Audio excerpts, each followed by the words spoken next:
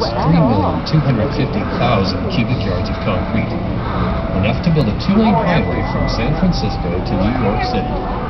The thickness of the roadway is a mere 45 feet, but as the dam expands downward toward the base, it reaches 660 feet at the bottom, nearly as thick as it is tall. She weighs in at a petite 6.6 million tons.